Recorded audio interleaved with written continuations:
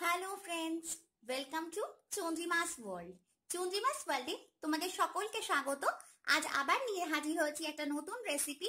ভীষণই গরম পড়ে গেছে, তাই গরমের থেকে মুক্তি পাওয়ার একটা রেসিপি নিয়ে এসেছি। একদম 10 মিনিটের মধ্যে তোমরা বাড়িতে বানিয়ে নিতে পারবে পাউরুটির কুলফি। তো সেই ঠান্ডা ঠান্ডা কুলফি কিভাবে তোমরা এনজয় করতে পারবে এবং 10 মিনিটে খুব সহজে বাড়িতে বানিয়ে নিতে পারবে, তার জন্য অবশ্যই রেসিপি দেখে নিও। রেসিপি ভালো লাগলে লাইক, কমেন্ট, শেয়ার এবং চ্যানেলটাকে অবশ্যই সাবস্ক্রাইব করে নিও। চলো রেসিপি শুরু করি। ব্রেড কুলফি বানানোর জন্য আমি এখানে নিয়েছি 4 পিস পাউরুটি, আর আমি পাউরুটিগুলোর প্রথমে সাইডগুলোকে কাট করে নেব। ঠিক এরকম ভাবে আমি পাউরুটি সাইডগুলোকে কেটে নেব এবং প্রত্যেকটা পরিষ্কার করে নিয়ে নেব। প্রত্যেকটা পাউরুটি আমি একদম পরিষ্কার করে নিয়েছি। এবার এগুলোকে আমি ছিঁড়ে একটা মিক্সিং জারের মধ্যে নিয়ে নিচ্ছি। এগুলো দিয়ে আমি ব্রেড ক্রাম্বস প্রথমে বানিয়ে নেব। আমাদের কিন্তু ব্রেড ক্রাম্বস একেবারেই রেডি। একদম ঝুরঝুরে করতে হবে, দেখে নিতে হবে এর মধ্যে যেন কোনো বড় টুকরো না থাকে। এবার আমরা মূল রান্নাটা শুরু করব। একটা পাত্রে গ্যাসে এখানে কিন্তু আমি 1/2 লিটার দুধ গরম করতে বসিয়ে দিয়েছি। দুধটা একটু ফুটে ওঠা পর্যন্ত কিন্তু আমরা অপেক্ষা করব।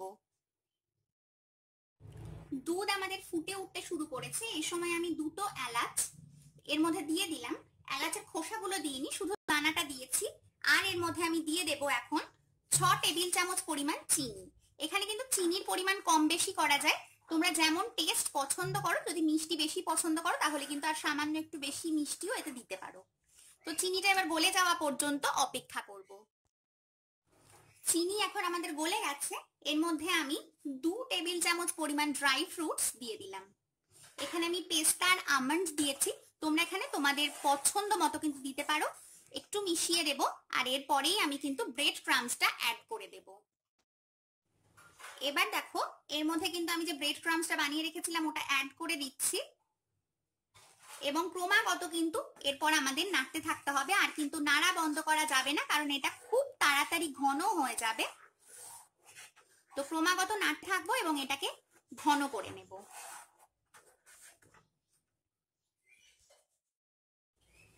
দেখো এটা কিন্তু অনেকটাই বেশ ঘন হয়ে গেছে। এটাকে আরো আমাদের কিছুটা ঘন করে নিতে হবে, যেহেতু আমি এটা দিয়ে কুলফি জমাবো, তার জন্য এটাকে আরো বেশ কিছুটা ঘন করে নিতে হবে। এই সময় আমি এর মধ্যে দিয়ে দিচ্ছি 1/2 টেবিল চামচ পরিমাণ গোলাপ জল।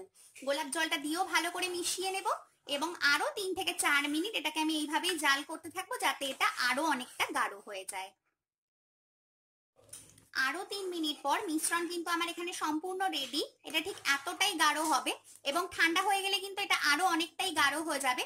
তো আমি এই মুহূর্তে এখন গ্যাসটাকে অফ করে দেব, আর এটাকে এখন আমি রুম টেম্পারেচারে ঠান্ডা করবার জন্য রেখে দেব। মিশ্রণটাকে 100% ঠান্ডা করে নিয়েছি। এবার আমি আজকে এই কুলফিগুলো কিন্তু জমাবো প্লাস্টিকের কাপে। তো এর মধ্যে আমি এখন মিশ্রণটা ভরে দেব। ঠিক এইভাবে একদম মুখ পর্যন্ত ভরবো না, একটু নিচু করে ভরবো। ঠিক এরকম ভাবে প্রত্যেকটা গ্লাস আমি ভরে নিচ্ছি।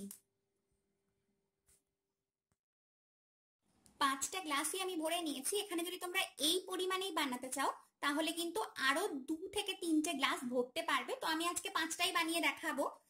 এখানে আমি নিয়েছি প্লাস্টিক র্যাপ। এখানে তোমরা যে কোনো ফয়েল পেপার নিতে পারো। নিয়ে আমরা মুখটাকে ঠিক এইভাবে আটকে দেব একটা রাবার ব্যান্ড দিয়ে।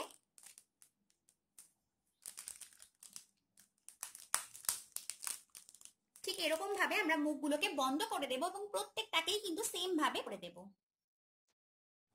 এবার এর মধ্যে নরমাল আইসক্রিমের কাঠি সেট করে দিতে হবে। দেখো আমি বাকিগুলো করে ফেলেছি, মাঝখানটা একটু কেটে নিয়েছি, আর এর মধ্যে আমি কিন্তু কাঠিটা ভরে দিচ্ছি।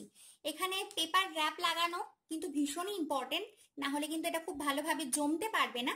আর এইগুলো তোমরা normal use and throw cup ছাড়া কিন্তু ছোট ছোট কাঁচের গ্লাসে, বা তোমাদের বাড়িতে যদি কুলফি মোল্ড থাকে তাহলে তো খুবই ভালো, সেইভাবেও কিন্তু জমাতে পারো।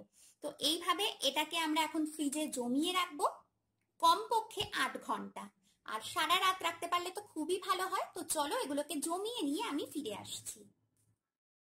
সারা রাত রেখে দেওয়ার পর এগুলোকে কিন্তু আমি এখন ফ্রিজ থেকে বের করে নিয়ে চলে এসেছি। এগুলো জমে গেছে। তো আমি আগে প্লাস্টিক র্যাপটা খুলে দেব। একটু ধীরে ধীরে সাবধানে প্লাস্টিক র্যাপটা খুলে দিয়েছি। এবার আমরা ঠিক এরকম ভাবে এটাকে মোল্ড থেকে বের করার চেষ্টা করব। যেহেতু এটা নর্মাল কাপে আছে তার জন্য কিন্তু খুব সহজেই বেরিয়ে যাবে। দেখো এটা আলগা হয়ে গেছে, তো এটাকে কিন্তু আমরা সাবধানে ঠিক এরকম ভাবে বের করে নেব। দেখো কত সুন্দর তৈরি হয়েছে কিন্তু আমাদের ব্রেড কুলফি। এটা খেতেও যতটা ভালো ঠিক তেমনি ততটাই সুন্দর দেখতে, আকর্ষণ, এবং বাড়িতে বানানো জিনিস কিন্তু সবসময় অনেক বেশি স্বাস্থ্যকর হয়। তো তোমরা কিন্তু ঠিক এইভাবে বাড়িতে বানিয়ে ফেলতে পারবে। তো অবশ্যই রেসিপি ট্রাই করো। রেসিপি ভালো লাগলে লাইক করো, কমেন্ট করো, শেয়ার করো, আর অবশ্যই কিন্তু আমার চ্যানেলটাকে মনে করে সাবস্ক্রাইব করে নিয়ে আমাকে সাপোর্ট করো। চলো আজকের মতো আসি, আবার দেখা হবে নতুন কোনো রেসিপি নিয়ে। সকলে খুব ভালো থেকো, টাটা।